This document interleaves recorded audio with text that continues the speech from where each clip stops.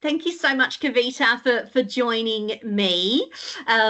Obviously, it was International Women's Day on Saturday. We're wanting to shine a spotlight on female technology leaders. As we know, the technology sector is very underrepresented by women. Only 29% of the industry is made up of women. Like me, I know you're also very keen to close the gap and see more women enter the industry. You've had a 20 plus year career in the industry. You've worked in senior leadership roles with the likes of ANZ, Australian Super, and of course, currently the CTO, the Chief Technology Officer for AMP. Tell me what inspired you to pursue a career in technology, and how have you navigated the path to becoming a CTO? Geez, it's Katrina. Thank you for the introduction there. It's always a surprise to hear around what you have achieved. So if I think of my pathway into technology, it's actually quite unintentional in certain ways. So at a really young age, I think I would have been around 7 or 8, my dad brought home this little keyboard that was actually a personal computer. And what you could do was plug it into the TV and write a bit of code which came in a book, and that would create games that you could play. And so that was my first introduction to technology, which was really around how can I have some fun and how can I play. From there, I definitely had an interest around where it went from that programming was I love the logical reasoning side of it. And at the same time, it's quite artistic in the way the visual experiences that can be created for people through the use of technology. So if I think of now reflecting on the career, is what I always love about technology and what keeps me going is that it's all about people. And it's about creating great experiences for people through that. And it's also something that you can't do yourself. So it is around collaborating, engaging, which also drives a whole diversity of skill sets and roles you can have in technology too, which I find, again, quite exciting and has led me to where I am now. There are so many different roles in technology, isn't there? And so there really is something for everyone. And of course, the roles that will exist in 5 years' time probably don't even exist today. And certainly when we look back at some of the typical roles in technology 15 years ago, they're certainly not around today. As you say, their roles in tech today are far more creative and people-centric, which is really exciting. It's, at the end of the day, all about solving business problems. I guess in terms of sort of thinking about the workplace today, creating an inclusive and diverse workplace is obviously really important. That encourages diversity of thought, and that obviously helps drive innovation. And we know that to achieve that, it's not just about policies, it's about culture, leadership, and everyday actions. What advice would you give to employers and to companies wanting to attract and retain females in senior leadership roles? As you called out, Katrina, there is a lot that can be done. If I had to pick a couple of things as suggestions, is reflecting on my career. I started as a graduate in technology. And what stayed with me through the career is that learner's mindset of how are you a sponge and just learning from the experience that you have from people around you. So if I reflect from an employer perspective, then is how do you ensure that you have enough intake for junior roles? In technology, we've seen over the years and decades, it's also that there's more and more roles that we partner with different organizations for. And what it starts to dilute is the junior or entry level roles that you have in an organization for somebody to have hands-on skills. And another takeaway for me has been at different points in my time, there's been almost like a correction back into more technical roles so that I can stay close to that, which has served me well in the long term. So from an employer or an organization point of view is that there's diverse pathways for women and for anyone to join and engage within technology through that diversity of roles available. So how do you have the different entry points where you're less prescriptive on the technical requirements and more about the attitude as well as the supporting team that needs to be around that individual for them to grow into it? So in summary, one is absolutely have graduate intake and has to start that diversity from the junior roles. And then secondly is around mid and senior level organizations. rather than a reactive part saying we need this skill set in this role right now. How do you actually build up to it so that there's greater scaffolding available for the team, for the individuals joining?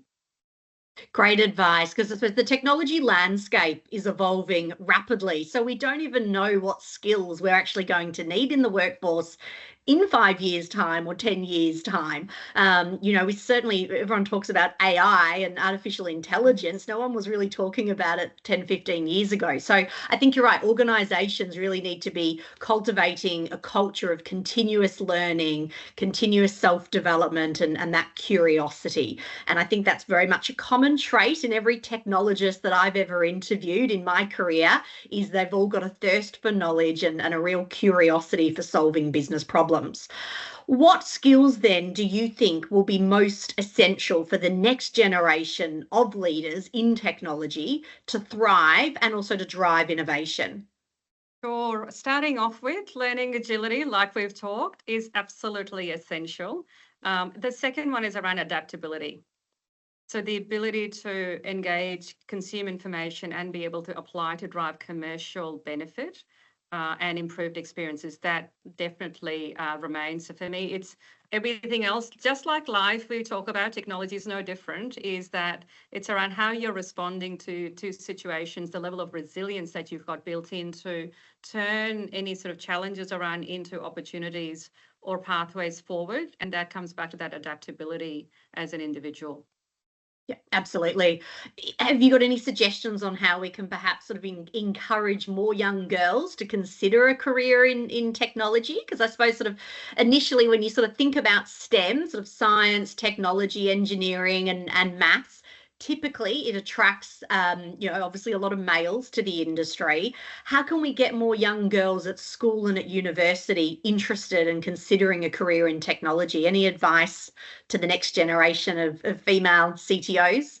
Yes, it's perhaps the females and their parents or their loved ones who are nurturing their growth.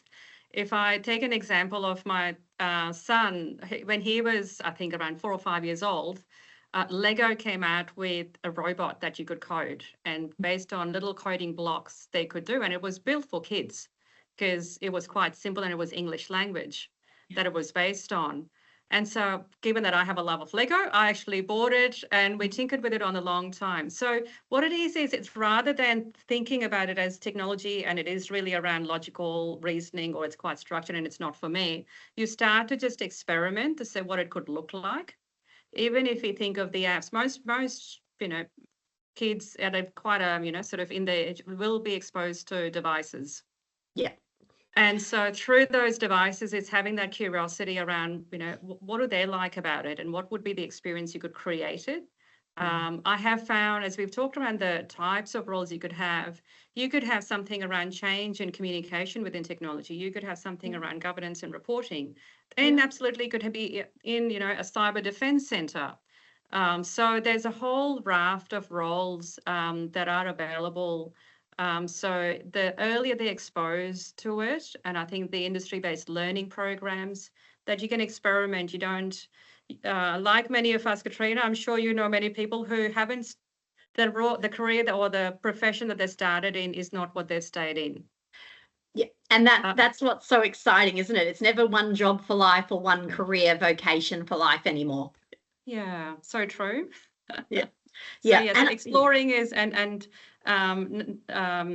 knowing that now the professions and even in university, when you go for a degree, there is so much optionality around the subjects that you can pick and choose as well. That you could, I would just encourage to actually explore some of that before having the point of view on it.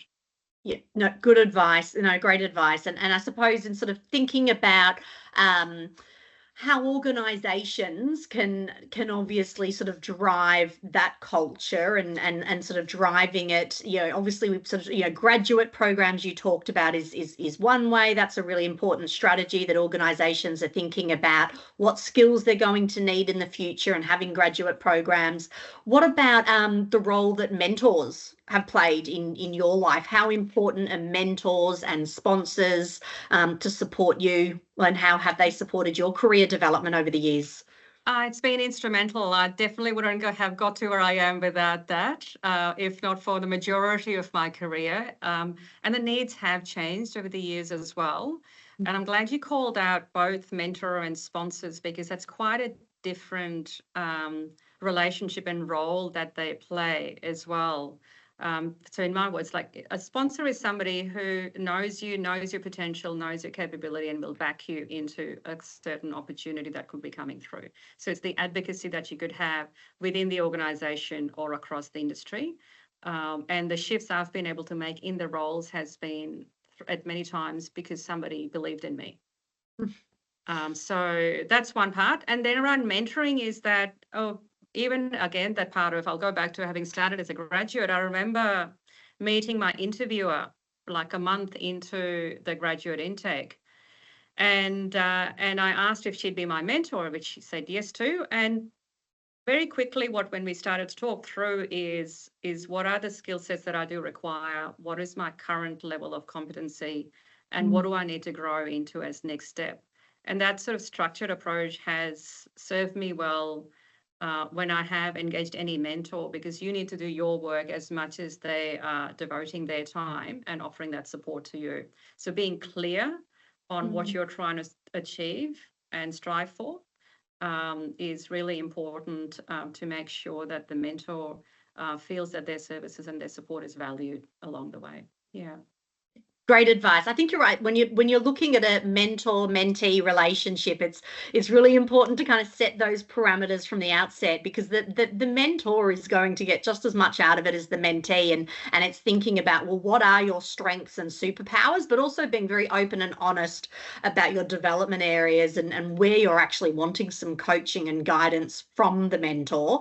And you'll get different things from different mentors. So I think we all need more than one mentor in our career that can help us with different things.